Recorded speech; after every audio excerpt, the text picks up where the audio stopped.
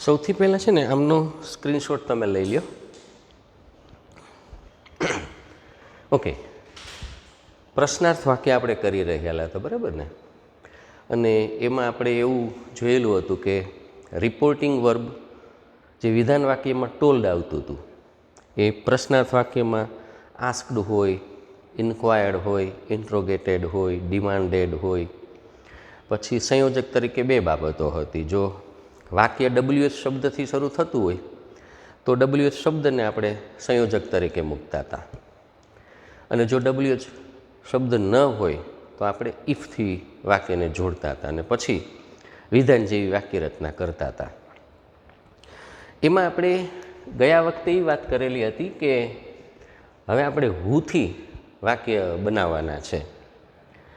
હું છે ને બે રીતે ફંક્શન કરતું હોય. ક્યારેક હું પોતે જ સબ્જેક્ટ હોય તો વાક્ય છે હુ બ્રોક ધ બેન્ચ, આ બેન્ચ કોણે તોડી, તો આ હું છે એ પોતે જ સબ્જેક્ટ તરીકે ફંક્શન કરી રહ્યું છે. અને ક્યારેક સબ્જેક્ટની માહિતી માટે હુનો ઉપયોગ થતો હોય. દાખલા તરીકે હુ ઇઝ ધ ટીચર, આમાં સબ્જેક્ટ ધ ટીચર છે પણ આ જે હુ છે એ ટીચર વિશેની વધારાની માહિતી માગવા માટે વપરાયેલું છે. એટલે હું પોતે જો સબ્જેક્ટ તરીકે આવે ને તો વાક્યમાં વિધાન જેવી રચના કરવાની જરૂરિયાત નથી, કારણ કે આપણે તો સબઓર્ડિનેટ ક્લોઝ બનાવતા હોય એટલે એ વાક્ય રચના કેવી હોય, સબ્જેક્ટ પ્લસ ફાઇનાઇટ વર્બ. હું પોતે જ સબ્જેક્ટ છે એટલે પાછળથી આપણે આ ફેરફાર કરવાની જરૂરિયાત નથી હોતી. પણ સબ્જેક્ટની માહિતી માગી હોય તો એનો મતલબ કે હું પોતે સબ્જેક્ટ નથી, તો પાછળનું વાક્ય છે આમ વર્બ અને સબ્જેક્ટ હોય તો એનું સબ્જેક્ટ અને વર્બ કરવું પડતું હોય. આપણે ઉદાહરણો જોઈએ. આ બહુ અઘરું નથી બોલવામાં, પહેલી વખત ને સાંભળવામાં તમને આમ જરાક અઘરું લાગતું હોય.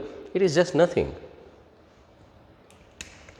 આપણે વાક્ય સોલ્વ કરીએ. જો સેડ ટુ, જો આ પ્રશ્નાર્થ ચિહ્ન છે એટલે આપણે અહીંયા શું કરી દઈશું, આનું આસ્કડ મૂકશું. I asked you. હવે WH શબ્દ છે એટલે પહેલાં હું મૂકી દેવાનું, બરાબર છે ને? અહીં સુધી થઈ ગયું. હવે બ્રોક ધીસ ગ્લાસ, હવે હું પોતે જ સબ્જેક્ટ છે એટલે સબ્જેક્ટ પછી વર્બ આવવું જોઈએ. તો ED1નું શું થાય, had plus ED2. Who had broken this ગ્લાસનું થશે ધેટ ગ્લાસ. પણ આ બીજું વાક્ય જુઓ, આમાં હું પોતે સબ્જેક્ટ નથી, સબ્જેક્ટ છે યોર ટીચર. તો પેલા પ્રશ્ન છે એટલે આમાં શું થશે, આઈ સેડ ટુનું આસ્કડ યુ, અને WH શબ્દ છે એટલે પહેલાં હું મૂકી દે. અહીં સુધી થઈ ગયું. હવે આમાં હું પોતે જ સબ્જેક્ટ હતું એટલે એના પછી સીધું વર્બ આવ્યું. આમાં હું પોતે સબ્જેક્ટ નથી, યોર ટીચર સબ્જેક્ટ છે. આને ઉલટું કરી નાખવાનું, યોર ટીચર ઇઝ. તો યોર ટીચરનું શું થશે, યોર ટીચર. યોર ટીચર ઇઝનું શું થાય, was. Who your teacher was. હવે એ નક્કી કરો આમાં આમ થશે કે નહીં, મતલબ કે અ સોંગ ઇઝ સિંગિંગ થશે કે નહીં, નો જ થાય ને. અ સોંગ ઇઝ સિંગિંગ કોઈ વાક્ય, ગીત કોઈને ગાય, વ્યક્તિ ગીતને ગાય એટલે આ પોતે હું પોતે જ સબ્જેક્ટ છે. એટલે આ પ્રશ્નાર્થ છે એટલે આમાં શું કરવાનું, આઈ આસ્કડ હિમ. આ હુનું હું, ઇઝ સિંગિંગનું વોઝ સિંગિંગ આ સોંગ છે એટલે ફૂલ સ્ટોપ. જવાબ આવી ગયો. હવે આ વાક્યમાં જુઓ, હું પોતે સબ્જેક્ટ નથી, સબ્જેક્ટ તરીકે ધેર છે, ધેર વોઝ, બરાબર ને? તો આ વાક્યમાં આપણે શું કરશું, આઈ આસ્કડ હિમ. હું મૂકી દીધું, પણ ધેર ઇઝનું there was. There am is are was over, was ઓવરનું had been. Who there had been. હવે જો આ ન સમજાણું હોય તો એક લાર્જલી કામમાં આવે ને એવી એક ચાવી આપું. તમારે ટુ બીના રૂપને ધ્યાનમાં રાખવાના. ટુ બીના રૂપ કોણ, વર્તમાન કાળ હોય તો એમ, ઇઝ, આર. ભૂતકાળ હોય તો કોણ હોય, વોઝ અને વર. ભવિષ્યકાળ હોય તો કોણ હોય, શેલ બી અને વિલ બી. આ જે રૂપ વાક્યમાં જો એકલા હોય ને, એકલા આની સાથે બીજું કોઈ ક્રિયાપદ ન હોય તો હંમેશા એ વર્બ પ્લસ સબ્જેક્ટ જ હોય ને એનું તમારે સબ્જેક્ટ પ્લસ વર્બ જ કરવાનું રહેતું હોય. હવે તમે ચેક કરો, 2 ઉદાહરણો આપ્યા. આમાં ટુ બીનું રૂપ છે, am is are was were shall be will be નથી. સીધું દોડતું જવાનું, સીધું સીધું જ જાય. હુંનું હું, બ્રોકનું હેડ બ્રોકન, ધીસ ગ્લાસનું ધેટ ગ્લાસ.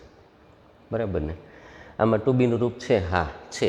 એકલું છે, હા એકલું છે, એની હારે બીજું કોઈ ક્રિયાપદ નથી. તમે ચેક કરો, જો your teacher is know your teacher was થઈ જશે. આમાં ટુ બીનું રૂપ છે, હા છે. એકલું છે, ના, જો આ બીજું ક્રિયાપદ રહ્યું. ટુ બીનું રૂપ હોવું જોઈએ અને એ ક્રિયાપદ એકલું હોવું જોઈએ, મતલબ એની સાથે બીજું કોઈ વર્બ ન હોવું જોઈએ. હવે આમાં બીજું વર્બ છે તો શું કરવાનું? તો સીધું જવાનું. ટુ બીનું રૂપ એકલું હોય ને તો આમ કરવાનું. હુનું હું, ઇઝનું વોઝ સિંગિંગ અ સોંગ, તો સીધું જવાનું. ટુ બીનું રૂપ છે, હા છે. ટુ બીનું ભૂતકાળનું રૂપ. એકલું છે, હા એકલું છે, કારણ કે બીજું કોઈ ક્રિયાપદ નથી તો આમ કરી દેવાનું. જો હુ આ ધેર વોઝનું હેડ બીન. હવે આ વાક્ય જુઓ જી, આ ટુ બીનું રૂપ છે. એકલું છે, ના, તો સીધું જવાનું. ટુ બીનું રૂપ છે, ના નથી, કારણ કે વિલ બી છે ને એ ટુ બીનું રૂપ છે. Will be shall be. આમાં ટુ બીનું રૂપ નહીં તો સીધું જવાનું. ટુ બીનું રૂપ છે, હા છે. એકલું છે, ના બીજું ક્રિયાપદ છે, સીધું જવાનું. ટુ બીનું રૂપ છે, ના નથી, સીધું જવાનું. ટુ બીનું રૂપ હોય, એકલું હોય તો આ પલટી મારે. વર્બ અને સબ્જેક્ટ હોય એનું સબ્જેક્ટ અને વર્બ કરી નાખવાનું. It is very simple. આમાં ટુ બીનું રૂપ છે પણ એકલું નથી એટલે સીધું જવાનું છે. એટલે આઈ આસ્ક્ડ યુ હુ વોઝનું થાય had been singing ringing the bell, full stop. She said to me, who will help you? So she said to me, no, she asked me.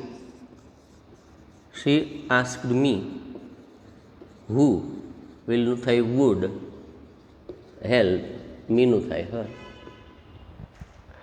She asked me who would help. અરે you છે તો me થશે.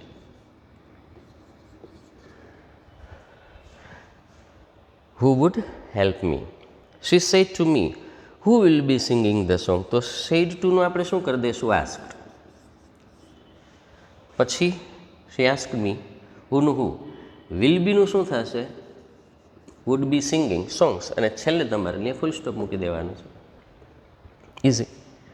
She said to him, who has a pen? તો she asked him, પછી who has નું શું થશે? had a pen. પણ વાક્ય એવું લખ્યું હોય કે who will be your friend? She asked me, who will be your friend? હવે તમે મને કહો છો વાક્ય આમ પલટી મારશે? મારશે. શું કામે?